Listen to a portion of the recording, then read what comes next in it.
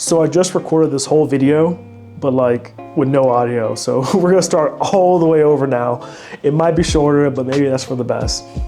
First of all, Happy New Year's to you guys, and happy late birthday to me. My birthday was back in January, and so I went out with my friends to DC for a little vacation.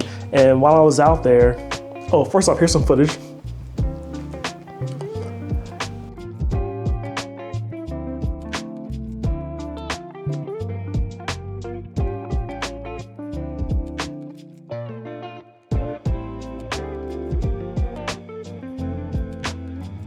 And while I was out there, I was thinking of my next video for the channel, and then I came to the thought of, well, 2024 was a pretty good year. I've made more money. I've gone a lot more places. I've networked with a bunch of people, and I've done a lot of really cool stuff. Like I was at Hangout Fest. I did the Fried Chicken Festival. I helped make a campaign. I helped with the presidential campaign a little bit, and I've kind of just done a lot. I've met a lot of really cool people, and so I kind of came up with 5 things I plan on doing this year to be better than next year. Maybe this will help you too. And if you have your own tips, you too, just put in the comments. Let's talk about it later. So let's do it. So everything is on my notes app, so I'll be reading from this. My first note says, just say no to more projects. I know it sounds counterintuitive, but just bear with me for a second. When you accept everything, in a weird way, you lower your value because you're not a specialist to one thing. You're kind of a jack of all trades. In this year, I kind of plan on focusing more on this like certain projects. So I want to do more interview style videos. So brand message videos, testimony videos. With that, I feel like my skills are more tailored towards that. And also I'm a people person, so I like talking, meeting with new people. So I feel like this will help me a lot with that, and also grow my value, and say my skills are tailored for said project, which makes me, you know, the set candidate to film your project, you know? Maybe you're the same, maybe you're really good with sports, maybe you're really good with, let's say, event videography or photography. So maybe niche down to a certain type. I mean, not too broad, not too niche to where you can't pick anything, but just broad, but just niche enough to where you can get a couple clients and tailor your skills to that. And that way you'll become a lot more valuable, be able to charge more, but also you'll be able to give your client a way better product in the end. My second one is to build better boundaries and expectations. This kind of goes for professionally and personally in a weird way. So professionally, I want to build better boundaries so that my clients can have a better experience with me and also build better expectations. And so one way I'll say is that a problem I had in the past is that my clients thought I was available 24/7, which unfortunately I'm not. And so this year I kind of plan on having like a set amount of business hours where you can contact me. Not to push anyone away, just to mainly say, if you want me, the best time to get me is at this time where we can solve your problem.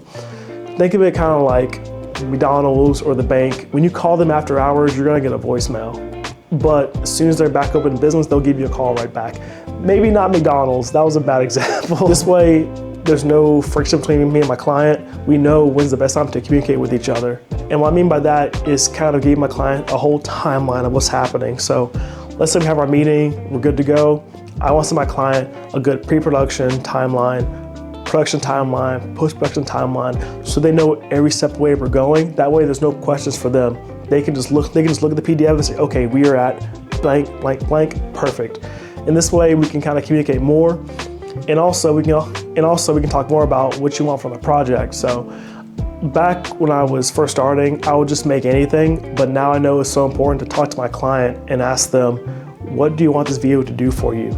So yeah, I can make it cool and flashy, but if it's not bringing people in your door, then what's the point of it, you know? If it's not making people aware of the next event, what's the point of it? So now I have meetings, I talk with the intention of saying, what do you want this piece of content to do? What do you want its job to be? And then we tailor and focus the content for that. So that's a really big thing. That's a really big thing I want to do for this year.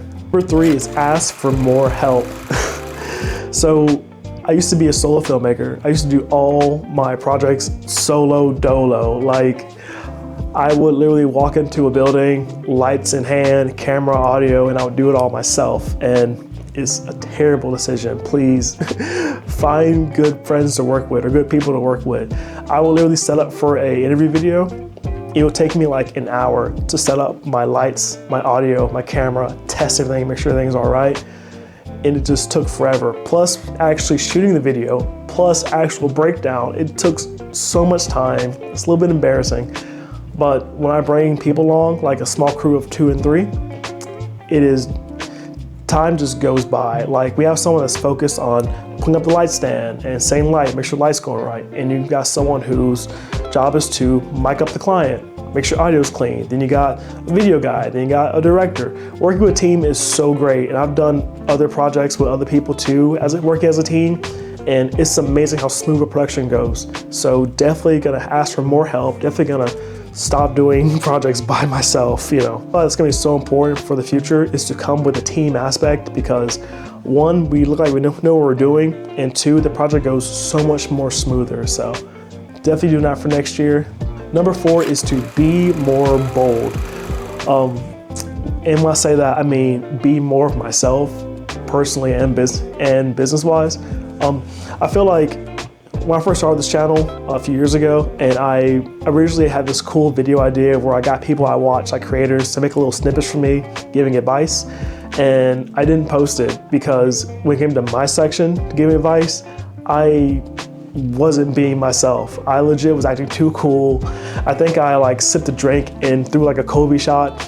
I don't know why I did that. That's not me. And so when it comes to just business, this channel itself, I just want to be more me, more jokey, more casual, And even I feel like when being more personal, more human to your clients, that makes them a little more comfortable with me. I can't just walk in stiff face wherever I go.